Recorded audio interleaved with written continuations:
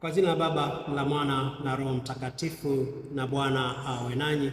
Leo tunaadhimisha Dominika ya 20 ya kipindi cha mwaka wa Kanisa, na masomo yetu ya leo yanatukumbusha kwamba Mungu wetu anaturehemu. Mungu wetu ni mwenye huruma, ni mwenye upendo. Wakati ambao tunamuomba atuhurumie, anatuhurumia. Wakati ambao tunamuomba atuponye, anatuponya. Wakati ambao tunamuomba atufungulie njia za kazi, anatufungulia.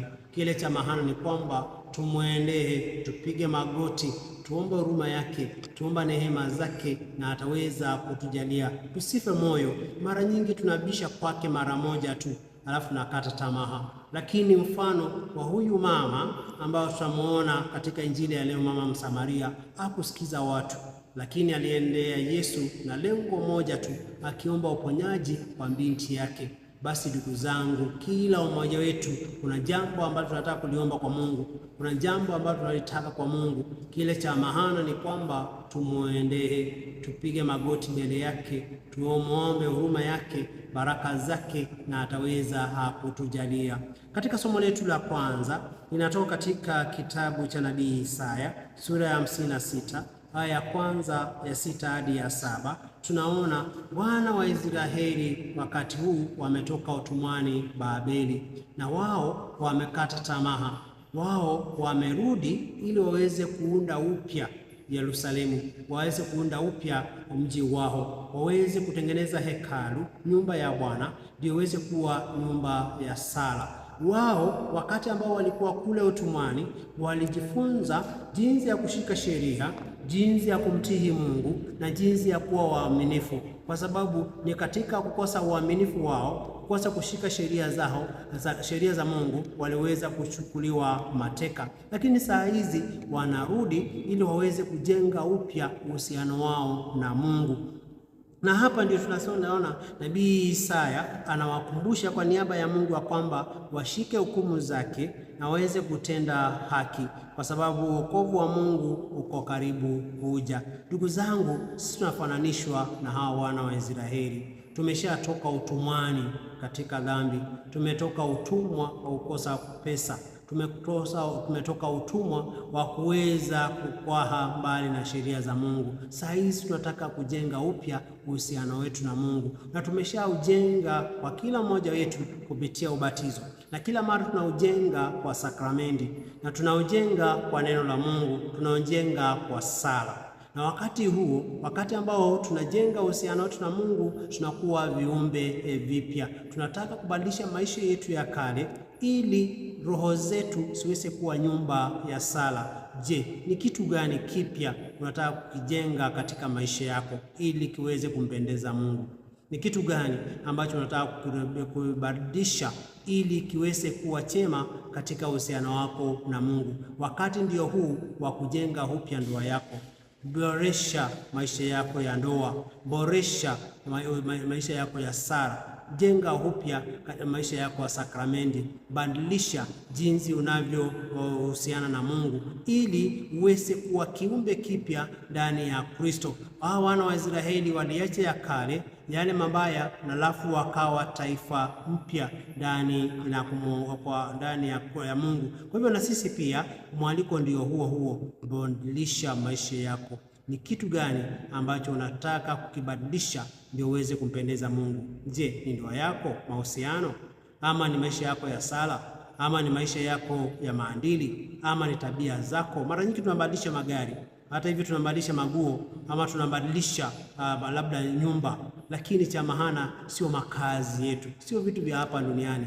Badilisha pia roho yako, badilisha jinsi unavyoongea, badilisha jinsi unavyosali, vile unavyowaza, vile unavyotenda, na hivyo utakuwa mwaminifu katika kumfuasa huyu Mungu. Na katika somo letu la Injili ambalo liko na uzito katika maisha yetu, linatoka Injili Mathayo sura ya 15 aya 21 hadi 28. Na ni kuhusu huyu Yesu wakati ambao alienda kule miji ya pande za Tiro na Sidoni, nje ya miji ya Wayahudi, akakutana mwanamke mmoja Mkananayo. Na huyu mama alikuwa na mtoto wake ambaye alikuwa na pepo, na hivyo akamwambia, unirehemu Bwana, mwana wa Daudi, binti yangu amepangawa sana na pepo. Huyu mama mtoto wake alikuwa na pepo, na hata hakuwa Myahudi, lakini alikuwa amesikia sifa za Mungu za Yesu Kristo, na ndiposa akamwendea. Lakini wakati ambao alikuwa anamtafuta kwa imani yake, hao wanafunzi wa Yesu wanamwambia, hapana, mwache huyu aweze kwenda zake, maana anapiga kelele. Kwa hivyo wanafunzi wa Yesu ambao wanakaa na Yesu hawataki huyu mama ambao ni Mkananayo aweze kupata uponyaji, lakini amwambia Yesu mfukuze aende zake. Lakini Yesu hakufanya hivyo. Ingawa Yesu maneno ambayo aliyatumia hata yalikuwa kama mazito kwa huyu mama, lakini bado hayakumfanya huyu mama kukata tamaa. Akamuuliza, je, atawezaje kumpatia chakula cha watoto? Lakini huyu mama akasema kwamba hata mbwa wanakula makombo yanayoanguka katika meza ya bwana wao. Katika desturi wa Wayahudi na hawa watu wa Kananayo hawakuwa wanaweza kuingiliana, hawakuwa wanaweza kukaribiana na watu wa Samaria. Kwa nini? Kwa sababu wao walikuwa wanaonekana hawana dhamana, walikuwa wanafananishwa na mbwa, na ndio sababu unaona Yesu anatumia mfano wa mbwa. Lakini kuna kitu ambacho Yesu anataka kufundisha katika hili somo la leo. Jambo la kwanza, huyu mama anakuja kwa Yesu hata kama hakuwa anastahili. Anaona kwamba Yesu peke yake ndio anaweza kumtibu. Yesu peke yake ndiye anaweza kumsaidia, hata kama yeye sio Myahudi, lakini anamwendea Yesu katika hali ya udhaifu wake, katika hali ya ule uchache wake. Sisi mara nyingi tunashindwa kumwendea Yesu kwa sababu tunaona kwamba hatustahili. Tunakosa kumwendea Yesu kwa sababu tunadhania hatuna maana. Tunakosa kumwendea Yesu kwa sababu tunajiona tu wa dhambi. Lakini huyu Yesu amekuja kwetu kwa wale ambao ni wakosefu, ndio anasema. Kwa hivyo mara nyingi usikate tamaa ama usikose kumwendea Yesu kwa sababu unaona ustahili, kwa sababu ulitenda dhambi kubwa, kwa sababu kuna kitu kibaya ambacho kilifanya. Hapana, huyu Yesu ndio anatuhurumia na ndio huyo ambao anatusafisha. Mwendee huyu Yesu na useme kama vile huyu mama alivyosema, lala kifundifundi, mwambie Yesu, Yesu nihurumie mimi mkosefu. Yesu nihurumie mimi mtenda dhambi.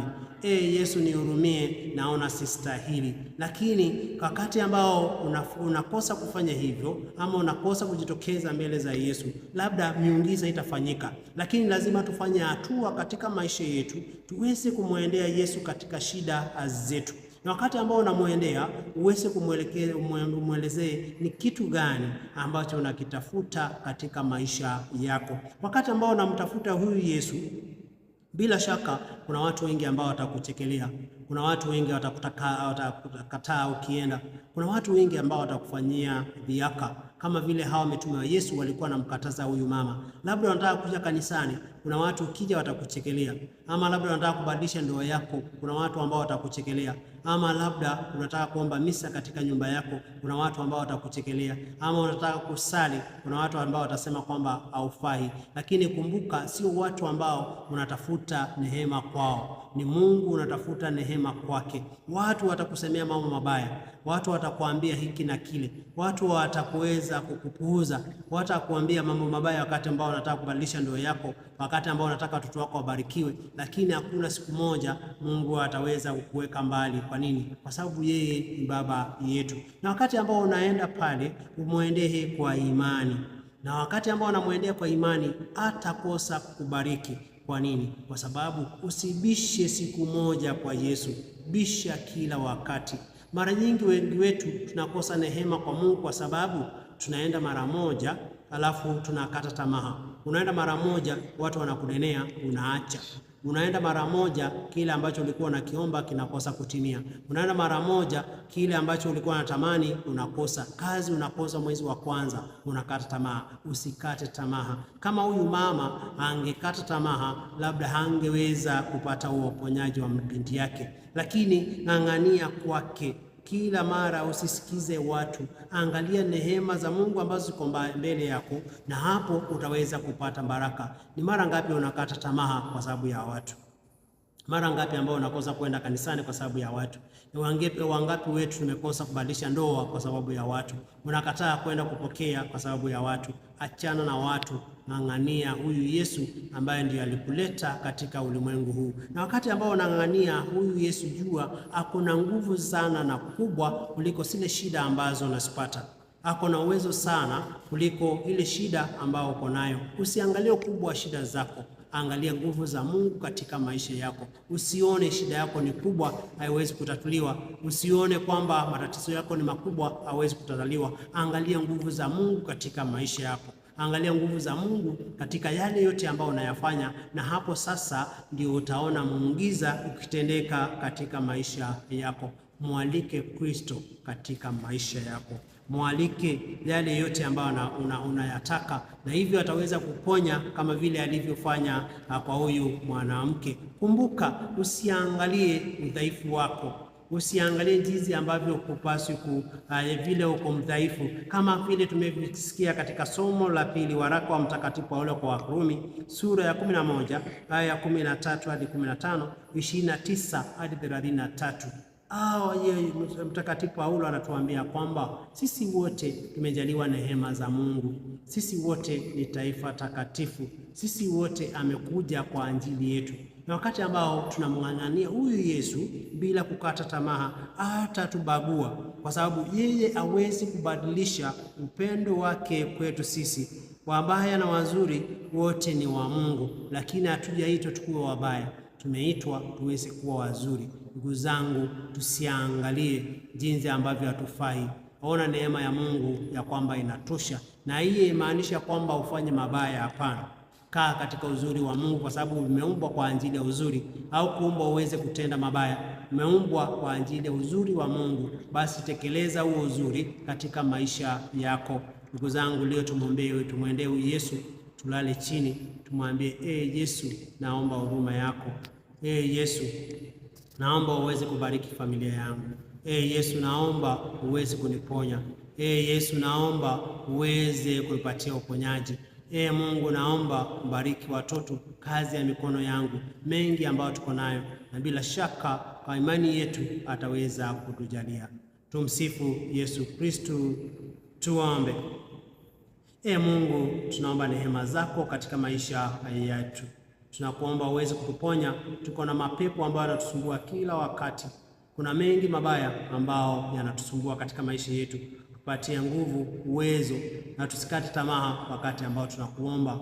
Sisi tuangalie katika madhaifu yetu na kutubariki. Na tuomba hayo kwa njia ya Kristo na Bwana wetu. Na Bwana awe nanyi. Na wabariki Mungu Mwenyezi, Baba na Mwana na Roho Mtakatifu. Na watakia Jumapili njema.